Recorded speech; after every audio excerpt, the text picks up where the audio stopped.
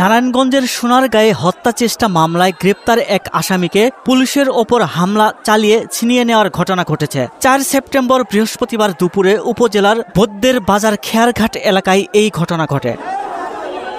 আপনার প্রিয় কাপড়ের যত্নে এলো এনজাইম সমৃদ্ধ Arik silver wash detergent powder 500 গ্রাম মাত্র 70 টাকা। প্রিমার্ক।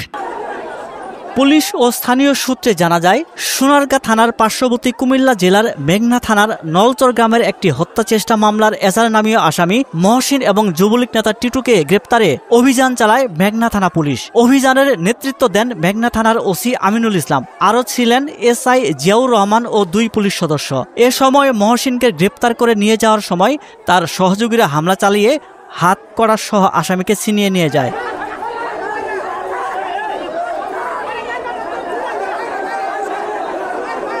এ বিষয়ে জানতে চাইলে সোনারগাঁ থানার ওসি রাশেদুল হাসান খান বলেন, খবর পেয়ে সোনারগাঁ থানা পুলিশ ঘটনাস্থলে গিয়ে পরিস্থিতি স্বাভাবিক করে।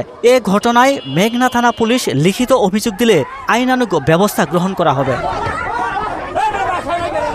কুমিল্লা জেলার হোমনা মেঘনা সার্কেলের সিনিয়র অতিরিক্ত পুলিশ সুপার আব্দুল করিম বলেন, গ্রেপ্তারকৃত আসামিকে ছিনিয়ে নেওয়া হয়েছে বলে শুনেছি। এ ঘটনায় তদন্ত চলমান রয়েছে।